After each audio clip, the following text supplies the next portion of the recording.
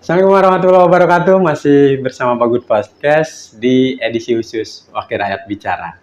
25 tahun Provinsi Banten, banyak yang sudah dirasakan oleh masyarakat Banten. Banyak pembangunan, banyak gedung-gedung baru, mal-mal baru. Kita akan tanya pada anggota DPRD Banten dari fraksi PDI Perjuangan, Bang Haji Mansuri. Bang, kalau kita ngomongin 25 tahun Provinsi Banten, sudah ada beberapa nama yang jadi gubernur, sudah ada beberapa nama yang jadi ketua DPRD Banten. Kalau ngomongin 25 tahun, apalagi abang dari Dapil Kabupaten Serang, apa yang paling terasa pembangunannya untuk masyarakat Banten, Bang? Selama 25 tahun ini. Jadi berpikir jangan berpikir sempit. Ya, terkadang kita berpikir sempitnya, kita mengandalkan APBD. Iya. Umur udah 25 tahun Provinsi Banten. Tapi jangan berbicara APBD. Kalau bicara APBD benar, pendapatan asli daerahnya berapa. Tetapi jangan mengesampingkan kaitan dengan investor, perusahaan-perusahaan. Kan gitu. Saya lagi logika begini. Andai kata Provinsi Banten ini dengan anggaran yang 9 sampai 12 triliun, ya, berapa persen sih untuk masyarakatnya? Berapa persen sih untuk infrastruktur? Infrastruktur di sini macam-macam. Ada sama infrastruktur jalan, ada infrastruktur sama gedung bangunan misalnya SMA, ya kan? Terus sama gedung rumah sakit. Yang sekarang ini menurut saya, kalau sekarang ini ketika udah menginjak di 25 tahun, tinggal visi gubernur kita kawal. Mereka menjadi pemimpin itu udah pasti, saya yakin kan benar, pengen mensejahterakan masyarakat Banten. Kan gitu. Akhirnya apa? Contoh dibangun rumah sakit Cilograng, rumah sakit Melimping, rumah sakit Cerita, Labuan. Tujuannya apa sih? Kalau bicara umumnya sentralistik, ya maaf ngomong, ya udah dibangun aja di Kota Serang. Tapi gubernur siapapun itu pengen mensejahterakan masyarakat Banten. Pertama dari segi pelayanan kesehatan, dia mendekatkan Isama diri sebagai perwakilan Provinsi Banten, dia mendirikan rumah sakit. Kan itu, benar nggak? Iya. Pokoknya bohong sekali umpamanya pemerintah tidak peduli semua pemerintah peduli terhadap masyarakat. Apalagi sekarang sama yang digalakan Pak Gubernur, bagaimana caranya sampai sama dia sama menggelontorkan berapa ratus miliar kaitan dengan infrastruktur jalan, dengan sama jalan lingkungan dan sebagainya. Yang tadi saya sampaikan, kalau bicara kewenangan nggak bisa membangun, tidak bisa membangun. Provinsi Banten umpamanya membangun pabrik blok di daerah ini, bicara kewenangan betul. Tetapi Provinsi Banten dengan anggaran yang sekian triliun itu, bagaimana masyarakat bukan dikasih uangnya maksudnya. Kadang-kadang pola pikirnya masyarakat saya nggak dapat apa-apa, itu kan beda. Itu mah harus krium, dapat berkat, kan gitu. Iya. Tapi kalau jalan ini sudah dibangun, alhamdulillah. Kan gitu. Rumah sakit sudah dibangun, mendekatkan pelayanan kesehatan ke masyarakat yang terdekatnya, yang terluar. Itu kan bagus. Kan gitu. Seharusnya juga begini. Ketika Provinsi Banten dan kabupaten kota yang ada di Provinsi Banten ini harus menyatu.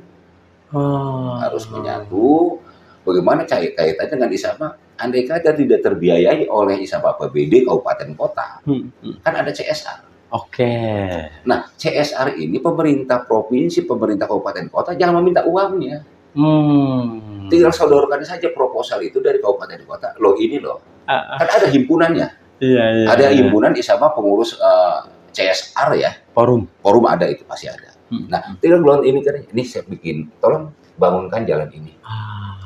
Itu juga membantu. Setidaknya swasta juga ikut terlibat di dalam pembangunan daerah. Kalau kita mengandalkan APBD Kabupaten Serang, ya maaf semuanya. Cuma kegiatan habis. Gak mungkin membangun panjang. Gak membangun luas, karena Kabupaten Serang 29 kecamatan, 326 desa, nggak mungkin terjaga.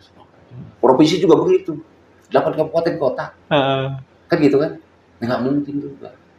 Tapi setidaknya saya menginginkan pemerintah Provinsi Banten dengan kabupaten kota, bagaimana caranya CSR ini ya kita alihkan untuk infrastruktur Oke. agar membantu pemerintah kabupaten kota dan provinsi untuk percepatan infrastruktur. Untuk percepatan Iya. infrastruktur. Gitu. Karena bukan apa-apanya. Kalau dikasih uangnya saja resiko. Iya kan? Iya. Jangan sampai juga begini. Saya masih ada kegambangan terkaitan dengan pengelolaan CSA. Contoh perusahaan di sini, dia akan memberikan ini sekitar ini aja. Oke. Kan bukan itu maksud kita. Bagaimana umpamanya daerah-daerah, terutama Isama Selatan, Lebak Pandeglang, Betul. tidak ada perusahaan di sana, bisa kebangun. Sulit. Terus mendapatkan apa di sana? Enggak mendapatkan apa-apa. Maksud saya, ini harus di Pemerataan. contoh perusahaan ini tolong bangunkan di sana sekian kilo, perusahaan ini silakan ada yang membangun. Nanti kalau sudah ada baru Isama nih hasilnya penyerahan ke kabupaten kota atau provinsi kan gitu. Maksudnya itu. Oke. Jadi kuncinya tadi tidak bisa hanya mengandalkan APBD. Harus kolaborasi seperti itu. Tapi Saprom mencatat ada beberapa fakta juga yang mudah-mudahan nanti Bang Haji bisa merespon. Ketika gembar-gembor Banten Ramah Investasi, kemudian laporan dinas terkait juga bagus, persoalan investor yang masuk ke Banten. Tapi ada persoalan lain, misalnya di Serang Timur dan di Kabupaten Tangerang misalnya. Juga ada data bahwa banyak perusahaan-perusahaan yang juga keluar dari Banten. Ada yang beralasan soal UMK tinggi di Banten, di Jawa Tengah lebih rendah, jadi pindah ke sana. Ada juga yang mungkin diganggu oknum LSM, atau juga oknum aparat desa misalnya, yang membuat para calon investor kita ragu-ragu untuk masuk ke Banten. Ada hal-hal yang selalu mewarnai di tengah isu pembangunan Banten, selalu ada sisi negatif yang seperti itu. Gimana Pak Haji menyikapi persoalan begitu? Kaitan dengan investor ada yang datang dan ada yang pergi. Itu sebenarnya itu udah logis. Tetapi kita menggaris bawahi, investor ini udah pasti keuntungan dong. Iya, namanya pengusaha. Namanya pengusaha pasti bilang itu. Dia investasi di sini sekian ratus miliar atau sekian triliun. Bagaimana caranya? Ya, tidak habis oleh UMK upah. Harus ada keuntungan. Nah, di Indonesia ini masih, ya menurut saya, jangankan bersaing dengan luar negeri. Masih satu Indonesia saja masih saingan. Yang disampaikan tadi sama Bang Saprol, kok ada yang pindah? Kalau tidak salah udah berapa ya? Yang pindah itu ke Jawa Tengah di sana. Hengkang dari sini pindah ke Jawa Tengah. Karena alasannya masuk akal. Upahnya di sana, kalau di sini menggaji karyawan satu, di sana bisa dua. Iya. Sebagai pengusaha semuanya, saya yakin orang itu akan begitu. Karena investasi juga di sana masih murah dan lain sebagainya. Itu. Tetapi kaitan hal ini yang perlu dijaga oleh pemerintah Provinsi Banten kaitan investasi ini, pertama, bagaimana caranya kita memberikan Isama kayak semodel penawaran gitu lah. Kemudahan. Penawaran kemudahan perizinan dan lain sebagainya. Tadi itu. Kedua juga di Banten ini, andai kata contoh, kalau udah melihat Tangerang Raya, itu udah oke lah ya. Hampir di sana 80-90% pengusahanya udah oke lah, baik perumahan, mall dan sebagainya kan. Tapi kan untuk di daerah Serang Timur mungkin oke lah, Serang Barat berat kan sama pabrik industri berat. Sekarang melihat Pandeglang, Lebak, itu kok jauh sekali. Kalau dihitung mungkin baru berapa perusahaan yang ada di sana. Benar tidak? Betul. Nah, maksud saya kemudahan-kemudahan ini ketika ada investor, Provinsi Banten berani mengambil berisiko itu. Dalam artian dia siapkan infrastruktur jalan yang memadai. Terus disiapkan juga sama kaitan dengan kemudahan perizinan. Terus kita siapkan juga sama kaitan dengan pembinaan terhadap organisasi masyarakat, LSM dan sebagainya. Bahwa ini investasi ini berdampak terhadap masyarakat. Iya kan? bukan berdampak terhadap perusahaan bahwa perusahaan ini keuntungan sekian miliar dikasihkan ke masyarakat, bukan. Itu ada lagi haknya CSR. Oke. Tapi setidaknya kita ini banyak kelulusan SMA dan SMK, ya kan, termasuk sarjana, yang banyak yang nganggur. Nah, tujuan pemerintah itu sama mengangkat harkat dan martabat sama masyarakat dengan cara tadi. Iya. Dia lulus bisa langsung kerja. Nah, harus digarisbawahi lagi. Provinsi Banten harus melihat juga, terutama dinas tenaga kerja. Yang dibutuhkan ini di Banten ini apa? Oke. Dinas tenaga kerja dengan pemerintah Provinsi Banten dan pusat juga harus berkolaborasi. Apa kolaborasinya? Oh, di sini membutuhkan tenaga kerja kaitan dengan contoh perhotelan. Oke. Di sini harus juga punya apa untuk mendidik yang baru lulus sama perhotelan. Oh, di sini sama alat berat. Oh, di sini lah. Ini harus bisa di mapping. Harus bisa di mapping oleh Provinsi Banten agar ketika sama suatu perusahaan didirikan di Provinsi Banten, kita tidak harus mencari dari luar. Kita punya skill. Nah, di kita nih di Banten. Kadang kan lulus SMA, SMK, dia tidak tahu apa-apa. Oke. Akhirnya apa? Salah kamar. Asal masuk aja, asal kerja aja. Dia punya skill. Makanya kita peran ini bukan pemerintah Provinsi Banten saja. Pemerintah Provinsi Banten ini ada dua. Oke. Ada eksekutif, ada legislatif. Kalau kita kaitan dengan ini, kaitan dengan sama perundang-undangannya, perdanya harus dibuat seperti kayak apa? Kita kan gitu. Yang penting kemudahan investasi itu di kita ini karena saingannya, masya Allah. Saingannya. Dunia semakin canggih, persaingan juga semakin kompetitif. Siap, Bang Haji. Di soal 25 tahun Banten, kalau lihat sejarah Banten, kita sudah punya catatan prestasi para gubernur. Bu Atut yang memindahkan gedung perkantoran dari alun-alun sana ke KP3B. Legasinya KP3B, orang ingatnya zaman gubernur Ratu Atut. Pak WH meninggalkan legasi Banten Lama. Kita punya Banten International Stadium. Punya jembatan yang diklaim terlebar katanya se-Indonesia Raya. Apakah kemudian Pak Gubernur Andra Soni dan Wakil Gubernur Dimyati harus terbebani seolah-olah legasi itu bentuknya fisik, Bang Haji?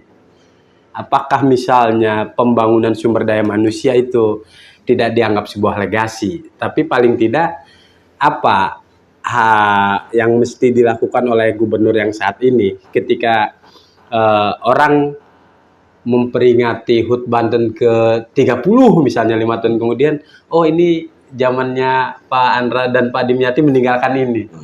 Pentingkah legasi-legasi itu untuk masyarakat Banten, Bang Haji? Tergantung penilaian.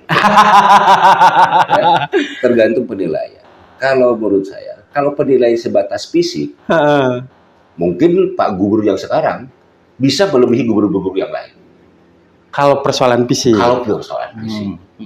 Iya kan? Bisa saja mungkin Pak Gubernur bagaimana caranya baik di Tangerang Raya, di Kabupaten Serang, di Cilegon, Lebak, Pandeglang, bisa aja dia membuat flyover lagi, banyak flyover. Cilegon ada mengurai kemacetan. Iya kan? Bisa saja. Tetapi kalau bicara legasinya cuma sebatas fisik, oh ini legasinya gubernur ini, gubernur. Memang paling mudah masyarakat itu boleh ke sana. Tetapi kaitan dengan yang akan dilakukan oleh Pak Gubernur yang sekarang ini bukan ke fisiknya dulu mungkin. Mungkin ya. Karena visi misi Pak Gubernur itu kan bagaimana tidak korupsinya. Kolaborasinya dengan kabupaten kota. Kan ini dulu. Kita lihat aja nanti. Karena Pak Gubernur baru berapa bulan ya? 1 tahun lebih. 8 bulan, mau 9 bulan ini. Mau 9 bulan kan. Ya, nggak mungkin dong dalam jeda 9 bulan ini, 1 tahun ini Pak Gubernur langsung mendirikan apa gitu kan. Kan gitu. Nah, terkadang masyarakat melihatnya terhadap visi. Padahal menurut saya, Pak Gubernur yang sekarang ini sudah mencoba. Sudah mencoba bagaimana sama dengan pelayanan, kesehatannya, bagaimana dengan pendidikan. Yang dulu-dulu Isa Jawa katanya banyak titipan-titipan. Pak Gubernur kemarin kan masih ininya jelas. Tidak boleh dari titipan-titipan kan. pelanggaran semua itu. Iya kan? Iya. Nggak ada yang berani kepala sekolahnya nerima titipan dari Iya, dari iya, nggak iya. ada kan gitu kan. Nggak ada itu. Nggak ada ya. Nggak tahu ya di belakang layar. Nggak tahu kita sana yang jelas Isaba semua menyatakan kepala sekolah itu tidak ada Pak Haji titip-titipan. Kita Isaba sesuai dengan atau apa perintah Pak Gubernur harus sesuai dengan apa yang ada aturan di sininya. Gitu. Jadi kalau menurut saya tergantung orang melihatnya seperti kayak apa. Kalau pengen pamer dengan infrastruktur, legasinya mungkin Pak Gubernur bisa untuk kedepannya. Ini baru 9 bulan loh, atau 1 tahun lah ya. Nanti ke depan bisa jadi Pak Gubernur, saya juga pengen ada seperti kayak Pak WH, kayak Pak Ibu Atut, kan gitu kan. Terus kayak siapa Pak WH sama Ibu Atut kan, bisa jadi nanti. Tangerang Raya itu banyak yang harus dibikin flyover loh. Kabupaten Serang juga ada, Kota Serang juga ada. Kan itu, Cilegon juga ada mungkin supaya mengurangi kemacetan. Bisa jadi nanti itu legasi sama Pak Gubernur sama membuat flyover. Tetapi Pak Gubernur yang sekarang ini mungkin masih berpikir terhadap sumber daya manusianya dulu. Oke, mantap. Gitu. Dari di luar 3 nama itu memang kita punya Pak Rano Karno, cuma karena masa jabatannya kan sebentar. Malah lebih lama menjadi gubernur. Oh iya. Kalau bisa. Tapi bahwa legasi itu tidak hanya fisik. Itu poin-poin utamanya ya Bang Haji.